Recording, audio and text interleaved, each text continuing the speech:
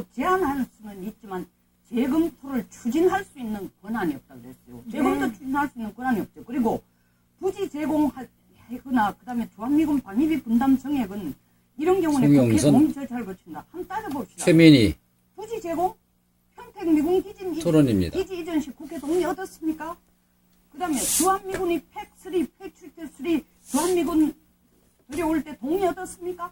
팩3도 레이더를 갖고 있습니다.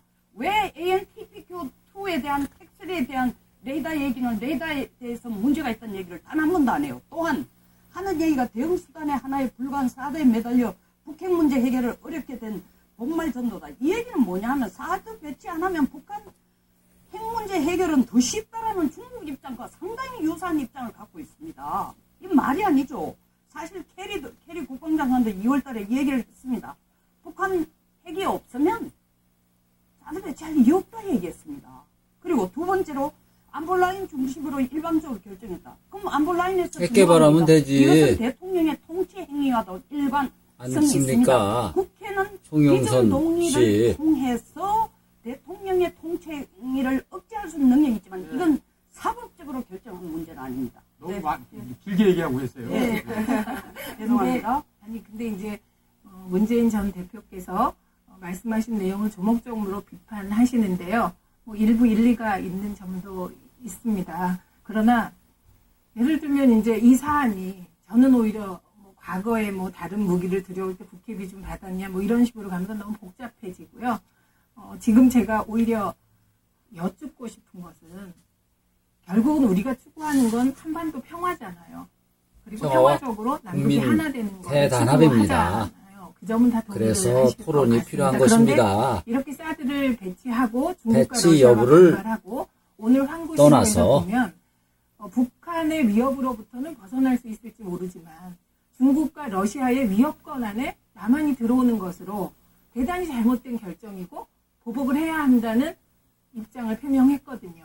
그래서 그러니까 이런 우려가 나오고 실제로 중국에서 그런 입장을 내고 있는 상황에서 예를 들면 일방적으로 사드를 뭐 반드시 배치하고 강행해야 된다 이런 태도가 옳을까요? 아니면 조금 더 논의하는 거, 국민적 동의 절차를 밟는 거, 국회 동의를 밟는 게 어느 게 국익에 옳을지 저는 그런 문제 제기를 해보고 심사숙고해야 됩니다. 그 싶습니다. 문제. 중국의 기죽는 행동을 정말 안 해야 됩니다. 우리가 지금 무한 말이 살려서 아니에요. 중국 자체가 사거리 5,500km의 엑스팬드를 4개나 갖고 있습니다. 두 번째, 핵을 개발합시다. 방위하기인데 전번에 뭐라 그랬어요? 아예 미제 사드 미국, 엑스팬드 아니고 중국, 러시아 미사일 신경 쓰지 개발하고 말고 핵을 뭐좀 개발합시다. 하는 그럼 결국 하는 얘기냐? 사드 그것이 내 반대 생각이에요. 아니라 미군이 그들의 무기 체계를 이어가오는 걸 국민의 생각입니다. 중국은 대다수. 미군의 더 큰 영향력이 한반도에 있는 것 자체를 거부하는 거예요. 우리가 그 페이스에 맞춰줘야 돼요.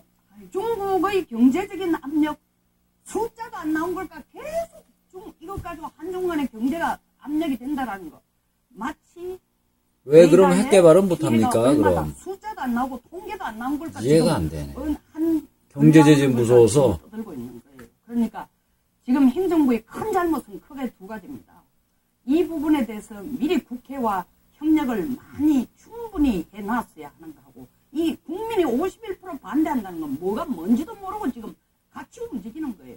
뭐가 이런 뭔지도 부분에 대해서 몰라. 행정부가 사전에 충분한 국민들에 대해서 당신만 협력할 수 아십니까, 있는 그럼? 노력을 왜 몰라? 하고 사드가 해놓지 들어오면 않나에 나쁜 두 번째로 좋고 나쁜 거 중국에 대해서 장단점을 계속 비교를 피할 것이 해봐야지. 아니라 그래서 중국에 대해서 정면 대응을 해줘야 됩니다. 미리 이것도 2년 전 팩트를 얘기할 가지고 때부터 우리는 논의를 이런 해야지. 일에서 모르는 거 대처를 하고 배우고 국민들도 설득을 해줘야 아는 건 또 네, 발표하고 네, 그러니까 좀 아까 말씀 중에 국민 51%가 흥분했어 우리 저 좀 이렇게 송 어떤 무릎을 선생. 같이 간다 이런 표현은 방송에서 하기에는 전 좀 부족하다고 아니 그런 거 저 간섭하지 마세요. 제가 얘기합니다. 그리고 국민들이 제가 사드가 말씀을 뭔지를 모르고도 할 수 있다는 거. 그만하세요. 송 선생. 선생님 계세요? 네.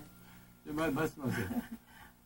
밀린다 송 선생이 오늘 맞습니다. 그런데 감정에서 밀리면 지는 지금까지 겁니다. 토론에서. 그러니까 정부가 잘못해온 부분을 지적해 주신 건 참 맞는 것 같아요. 근데 그 중에서 지금까지 사드를 얘기할 때 북핵 억지력이 있다. 이렇게 얘기를 해왔잖아요. 그러니까 사실은 이건 지금 돌아놓고 보면 북핵 억지력 부분은 미지수고 이건 주한미군 방어용이라는 것이 대체로 이제 인정되는 사실 아니겠습니까? 그러니까 말씀하신 것 중에 이제 중국에 대해서 기가 죽어서도 안 된다. 맞습니다. 그런데 지금 송영선 의원님께서 말씀하시는 대로 이 사안이 우리 한반도의 최 선생이 조건이 그렇게 간단하면 저도 참 좋을 거라고 생각합니다. 사려가 그리고 중국의 깊네. 경제 보복에 대해서 최 지나치게 선생이 확대하는 것도 옳지 않겠지요. 그러나 경제 보복이 없을 거라고 단정하거나 그런 것도 저는 문제라고 생각을 합니다.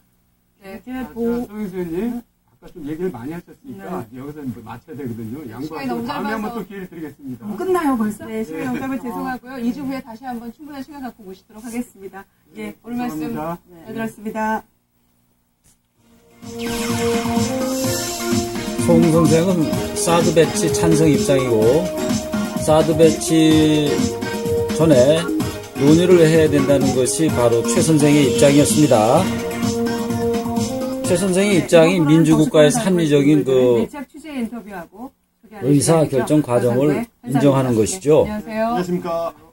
오늘은 새누리당 전국위원회였습니다. 이 전국위원회가 몇백